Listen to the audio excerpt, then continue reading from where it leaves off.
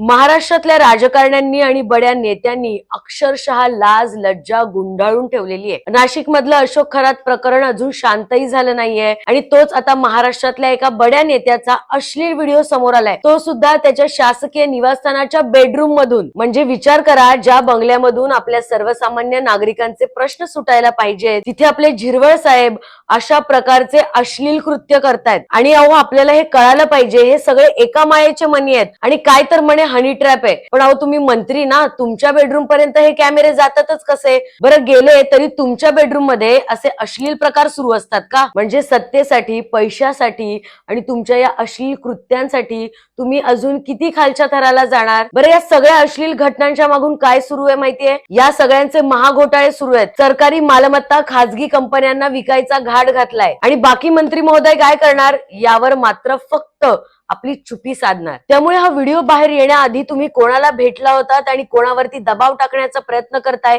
याचीही जरा उत्तरं महाराष्ट्राला हवी आहेत। आणि तुमच्यात जर थोडीशी जरी नैतिकता शिल्लक राहिली असेल तर तातडीनं तुम्ही पदाचा राजीनामा दिला पाहिजे आणि या संपूर्ण प्रकरणाचा उघड तपास देखील झाला पाहिजे। बरं, या सगळ्याच्या आडून सर्वसामान्य जनतेला माझी कळकळीची विनंती आहे की ज्या राजकीय नेत्यांना आपण निवडून दिलं ती खरंच याच्यासाठी निवडून दिलं का? बरं, आपल्या बेडरूम मध्ये अय्याशी करणारे आणि असे अश्लील चाळे करणारे नेते आपल्याला हवेत का? यावरही जरा गांभीर्यानं विचार व्हायला हवा। बरं, महाराष्ट्रात ही जी काही प्रकरणं अश्लील प्रकरणं आता समोर येत आहेत ना, त्यावर तुमचं मत काय आहे? कमेंट मध्ये नक्की कळवा आणि अशाच बातम्यांसाठी एक विचारला फॉलो करा।